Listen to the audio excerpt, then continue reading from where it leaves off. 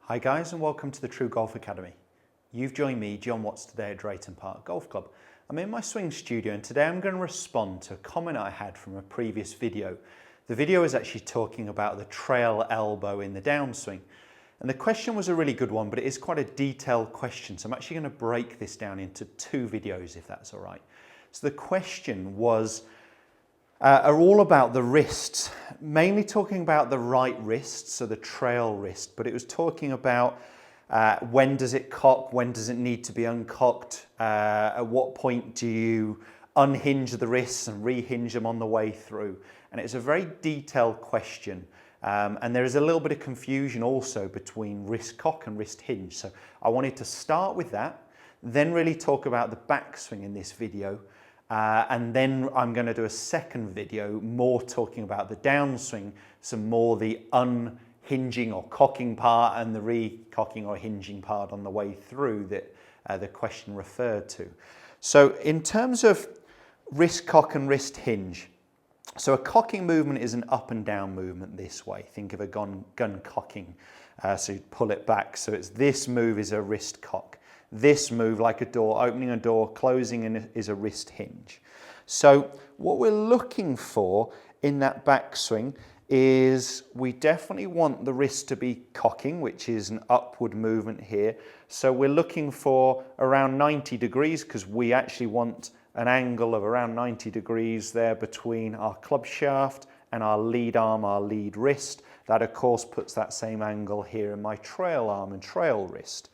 Hinging, there definitely is hinging on the backswing as well. I get a lot of golfers who over-hinge the wrists, and that's when we get the club working too much inside and we tend to get the club face quite open as well. So there is a hinging movement. It's not quite a 90-degree worth of hinge in this first move because then we would see the toe up, the leading edge almost straight up, whereas I want it to be more marrying up with the spine angle. So there is a wrist hinge in the backswing there in that first movement, and there is a wrist cock. Now at which point does the wrist cock happen? Does it matter? So I thought that would be a good part to start.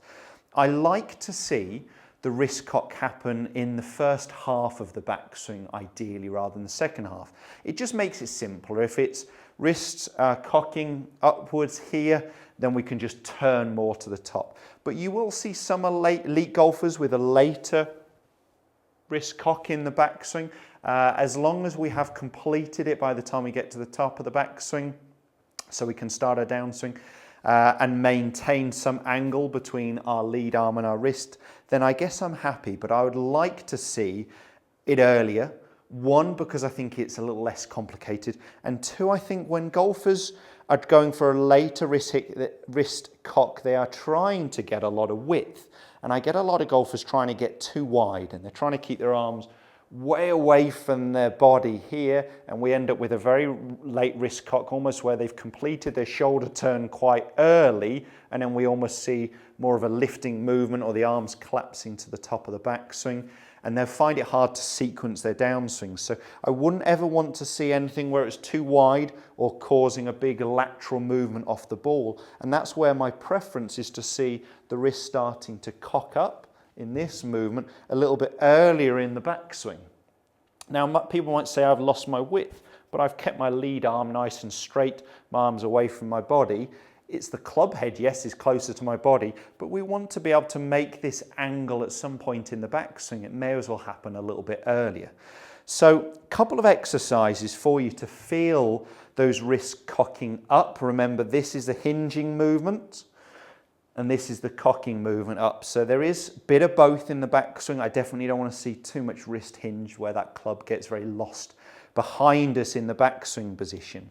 But what I'm going to talk more about here and with these exercises is trying to feel the right wrist cocks, this upward movement on the backswing. So great exercise is to go light. So you could just do this with a tour stick or a cane, or I'm just going to hold the club the wrong way around. So when I haven't got the club head weight on the end here, it's going to feel a little bit easier. And I want to do this quite quickly. And I just want to feel like I create an earlier wrist cock here in the backswing, where you can start to see I'm creating this 90-degree angle between my lead arm and the club shaft. And I really want to feel like I can create that movement a little bit earlier and a little bit quicker in my backswing, and then complete the turn to the top.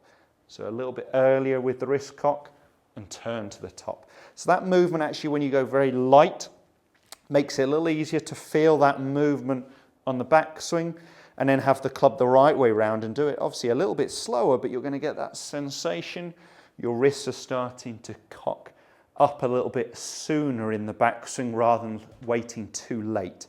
Another exercise you can do, if you're off the turf, I would just put the toe stick straight into the ground here off this artificial surface. If you're on a range, you're going to perhaps just use the range bucket. So I've just pushed the toe stick through the range bucket.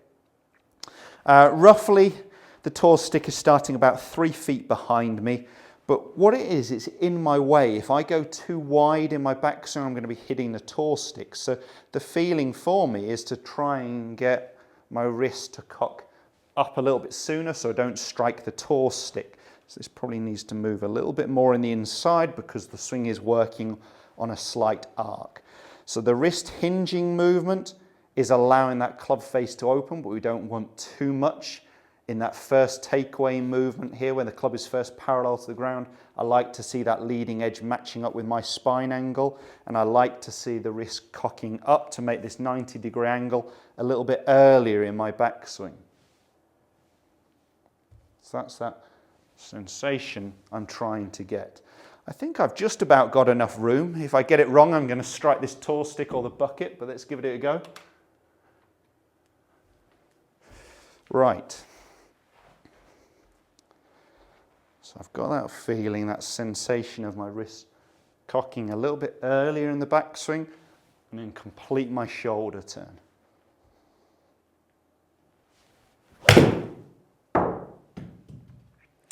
Not bad, it was a little on the heavy side, but definitely got that sensation of getting my wrist cocking a little bit earlier, a little bit sooner in the golf swing that I really wanted to try and create. I'm not going to worry too much about the data, it's just so you could see the ball flight. I would use those two exercises, so the club the wrong way around or using a cane to try and get that same sensation of the wrist cocking a little bit sooner in the golf swing. The cane behind also works very well. Remember, the reasons I prefer a little bit of wrist cock sooner rather than later is so we've got less to think about to try and work on in that transition. And it's to make sure that we're not trying to go so wide that it creates a big lateral movement off the golf ball. So I would like the wrist cocking up to try and create this 90-degree angle. And yes, there is wrist hinge, but make sure you don't get too caught out with the differences between wrist hinge and wrist cock. The second part of this video is going to be about the downswing and about at what point do we release these angles and which point do we try and actually unhinge and then rehinge on the way through. So what point do we actually try and rehinge on the way through? If you did enjoy the content in the video, give us a thumbs up. Make sure you check out the next video as well that's going to be about the downswing. Make sure you check us out on all our social media platforms. It's a great way to get in touch and post some comments and questions. And that's how I can film videos that are going to be relevant for you, like today. Thanks guys, we'll see you soon.